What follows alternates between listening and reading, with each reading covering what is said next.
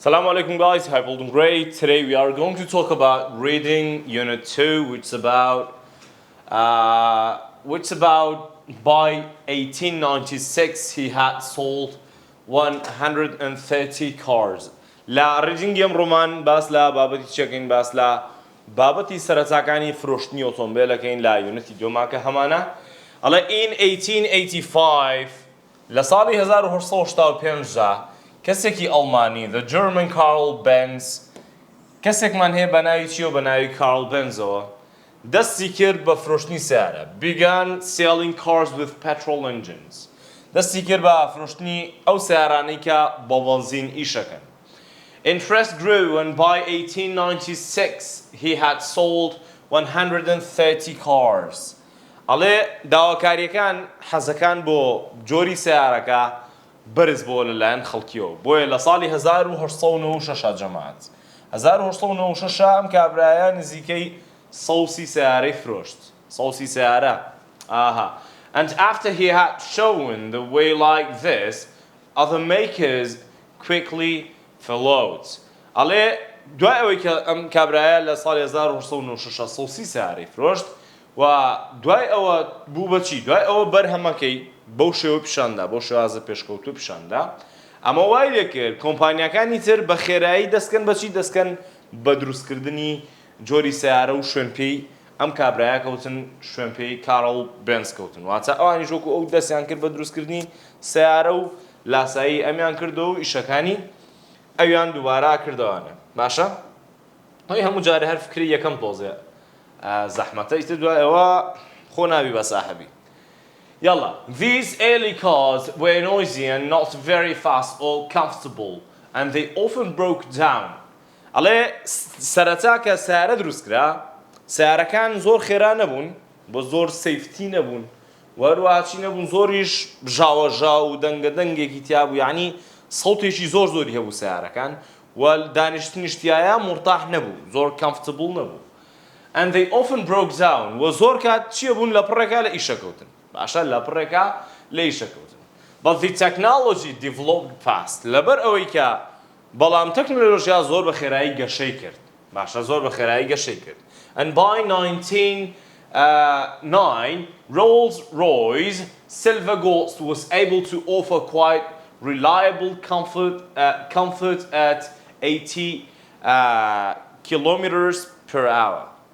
بەڵام لە دوای ساڵانی یعنی لە دوای چەند ساڵێک لە ساڵی 1909 کۆمپانیای ڕۆڵز-ڕایزمان هەیە کە ئەمان ڕۆڵز-ڕایس کۆمپانیای ڕۆڵز-ڕایس سیارێکی دروست کرد بە ناوی سیلڤەر گۆستەوە بە ناوی چیەوە بە ناوی سیلڤەر گۆستەوە ساڵی چەند ناوی ئەم سیارە بزانە شەریکەکە بزانە و ساڵەکەشی سیارێکی دروست کرد بە ناوی سیلڤەر گۆستەوە کە ئەم سیارەیە چی بوو ئەم سیارەیە زۆر ئاسوودە بوویتە زۆر مرتاح بووی یەکێک بوو لە سیارە پێشکەوتووەکان کە بێستاشەوە سیارەی ڕۆڵز-ڕایس یەکێکە بۆن لە سیارە هەرە سیارە گرانەکانی جیهان.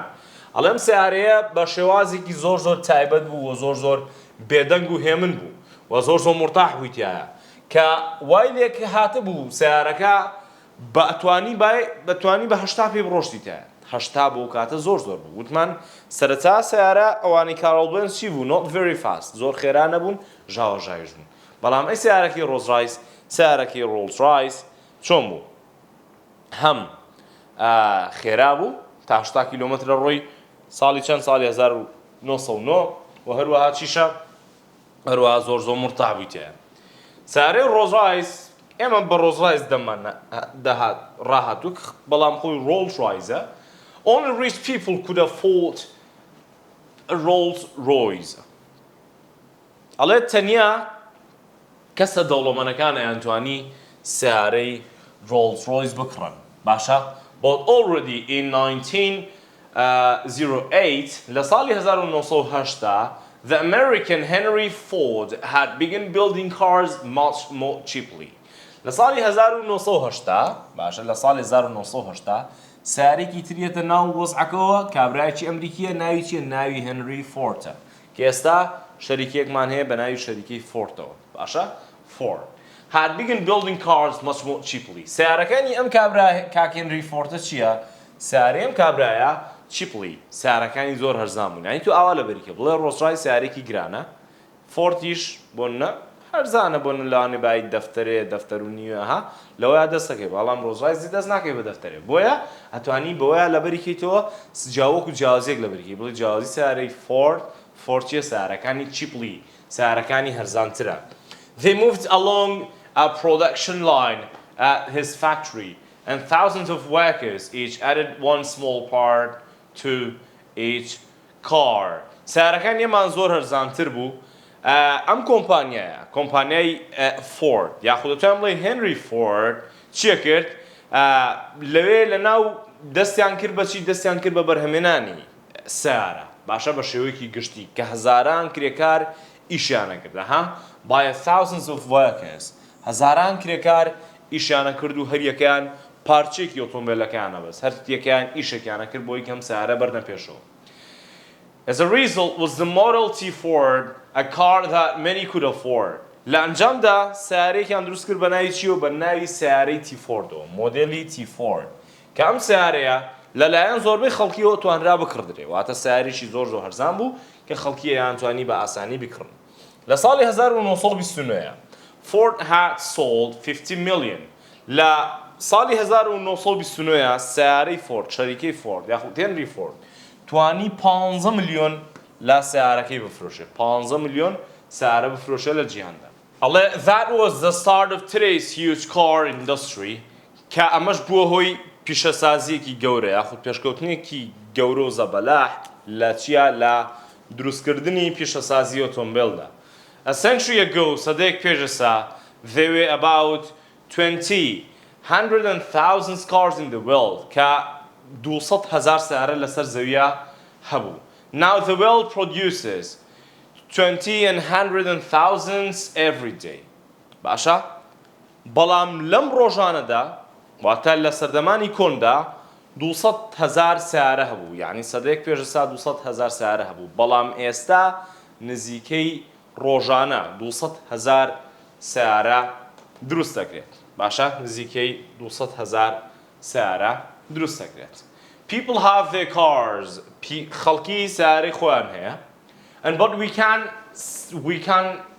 we can all see that cars bring great problems لەگەڵ ئەوەی کە people love their cars خەڵکی سیارەکەی خۆیان خۆشەوێ حەزیان بە سیارەکەی خۆیان هەیە بەڵام ئێمە ناتوانین وا دابنین کە سیارە لە هەموو کاتا شتێکی باشە و ئەوەیە بەڵکو سیارە هەڵە کێشێکی گەورەی بۆ هێناوین see that cars bring all great problems سیارە کێشێکی گەورەی بۆ ناوین بۆ نمونە bad driving خراپ لێخوڕین باشە خێرا لێخوڕین خراپ لێخوڕین causes terrible accidents خراپ لێخوڕین بۆتە هۆی ئەوەی کە چی بێ بۆتە هۆی ئەوەی کە کێشەیەکی گەورەمان هەبێ لەوەی کە ڕووداوی زۆر گەورە ئەکەوێتەوە ئەبێتە هۆی هۆکاری گەورە ڕووداوی گەورە دامی گەورە بەهۆی ئەمەشەوە with thousands of roads deaths and injuries every year کە ساڵانە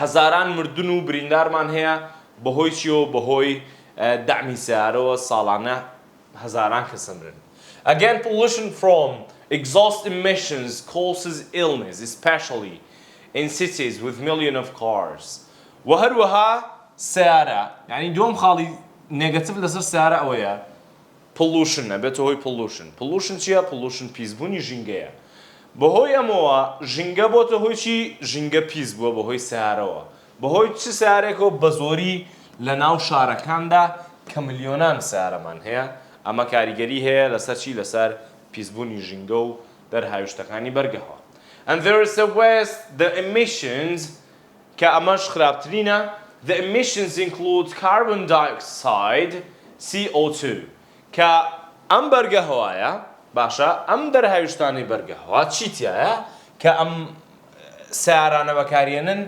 دوانۆکسیدی کاربۆن بەکارهێنن دوانۆکسیدی کاربۆن نەخەنە ناو زەویە which is changing Earth's well atmospheric and dangerous way کەمەش کاریگەری هەیە لەسەر چی لەسەر گۆڕینی کەش و هەوا کاریگەری هەیە لەسەر گۆڕینی بەرگەهەوا بە شێوازێکی زۆر مەترسیدار and there is something else و هەروەها شتێکی تریش petrol is an oil product and oil is becoming very expensive. وهروها خۆتان نەزانن کە بانزین لە چی دەرەکرێ؟ بانزین لە نەوت دەرەکرێ. ئەمە ژوا لێ ئەکات بانزینێکی زیاتر لە نەوتەکە دەربکرێ بۆ سیارە. ئەمە ژوای لێ ئەکا ئۆیڵ چی لێ بێ؟ وای لێ ئەکا کە بانزین چی بێ؟ عەفوو. وای لێ ئەکا کە نەوت گران بێ. کە نەوتیش گران بوو زۆربەی ئەشیا و کەلوپەلەکانی جیهان گرانە بن. چونکە زۆربیان ئەچێتە ناو قاڵبی پیشەسازی نەوتەوە. کەواتە سێ زەرەری هەیە سیارە، یەکەمیانە بێتەوەی مردنی هەزاران کەس، دومیانە بێتەوەی پیسبوونی ژینگە، سێمیانە بێتەوە هۆی گرانبوونی نرخی چی؟ نرخی نەوت. دەتوانیت تۆ ئەم سێ پۆینتم بۆ دابنی لێرە. After these problems had become clear by the late 1990s. لە دوای ئەم کێشانە، باشە لە دوای ئەم کێشانە، ئەم کێشانە بە تایبەتی لە کێیا دەرکەوتن؟ ئەڵێ لە دواییەکانی سەدەی ساڵی 1990دا بەتەواوەتی ئەم کێشانەمان بۆ دەرکەوتن. And car makers started designing new sorts of engines. زۆربەی ئەو کۆمپانیای کە سیارە دروستەکەن دەستیان کرد بە چی؟ دەستیان کرد بە بنیاتنانی جۆرێکی نوێ، واتە دەستیان کرد بە دیزاینکردنی جۆرێکی نوێ لە مەشینەی سیارەدا یاخو لە ئۆتۆمبیلدا. Recently, لەم دواییانەدا the first of the new vehicles have begun appearing. لە ماوەی پێشوودا سیارێکی نوێ و تازە دەرکەوت. بزانین مەبەست لەم جۆرە سیارە چییە؟ They are hybrids that have both an electric motor and a petrol engine. ئەڵێ ئەم جۆرە سیارەیە بە دوو جۆر شێوازی هەبوو. هەم شێوازی هایبرد بوو، واتە شێوازی کارەبایی بوو کە کارە بۆ بنزین سەرف ناکە، و هەروەها بە شێوازی چیش بوو؟ بە شێوازی بنزینش بوو. واتە بە بنزین و کارە باش بوو. واتە هەردوو شێوازەکەی تیا بوو پێیانەوترێ هایبردەکان، سیارە هایبردەکان. باش. They are more expensive to build than ordinary cars. ئەم جۆرە سیارانە چییە؟ ئەم جۆرە سیارانە it's really expensive، واتە زۆر گرانە لە سیارەی یاسایی. But they are cheaper and cleaner to run. بەڵام چییە؟ ئەم سیارەیە هەرزانتر ئەکەوێ. بۆ نمونە تۆ لە بیەوەی بنزینی تێکەی، یعنی تۆ توانی بە کارەبا بە شەحن بەڕێکەی. و هەروەها چیتریشە؟ پاک و خاوێنترە بۆ ژینگە، یارمەتی ژینگە یات و سیارێکی ژینگە دۆستە. باش. However, engineers will soon be able to of a better solution, a car that runs on fuel cells. هەرچەندە ئەندازیارەکان هەرزوو توانیان چارەسەرێکی باشتر پێشکەش بکەن، واتە هەوڵیان نەکە چارەسەر بدۆزنەوە. ئۆتۆمبیلێکیان یعنی هێنا کە بە چی بێ؟ کە بە سوتەمەنی و کارەبا ئیش بکات. واتە ویستیان ئەمە تاقی بکەنەوانێ. بزانین چی بوو؟ These mix hydrogen with oxygen from the atmosphere. ئەم تێکەڵەیە لە ئەتمۆسفیر و ئەم تێکەڵەیە لە هایدرۆژین و ئۆکسیژین. باشە؟ ئەم سیارانی کە دروستیان کرد تێکەڵەیەکن لە چی؟ تێکەڵەیەکن لەوەی کە هەم هایدرۆژین و هەم ئۆکسیژین بەکارێن و سەرفەکەن. و دواتر ئەڵێن چی؟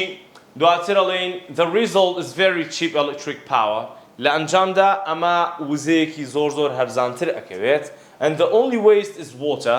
تاکەشت کە بە فیڕۆیە چییە؟ ئەویش بەکارهێنان و سەرفکردنی ئاو. واتە ئەم جۆرە سیارە بە هایدرۆژین و ئۆکسیژین ئیشە کرد. In 10 years لە ماوەی 10 ساڵی داهاتوودا you will have this sort of car outside your house. لەوانەیە لەم جۆرە سیارانە ببینین لەبەر دەرگاکەمان کە سیارەکەمان بە چیشکە؟ بە ئاو ئیشکە، واتە بە H2O ئیشکە. ئەمە زانیاریەکان بوو لەسەر ئەم ریدینگە و لێرە کۆمەڵێک ڕاهێنان کە هەیە لەسەر ئەم بابەتە هەمووی بە تەواوەتی بۆ تۆی عەزیز شیکار کراوە. هیوادارم ستودیۆکم بێەوەی خۆشەویست گەیاند بێ. هەتا ئەوانە ڤیدیۆیەکی بەخواتان نەسپێرم، ریدینگێکی تر خواتان لەگەڵ.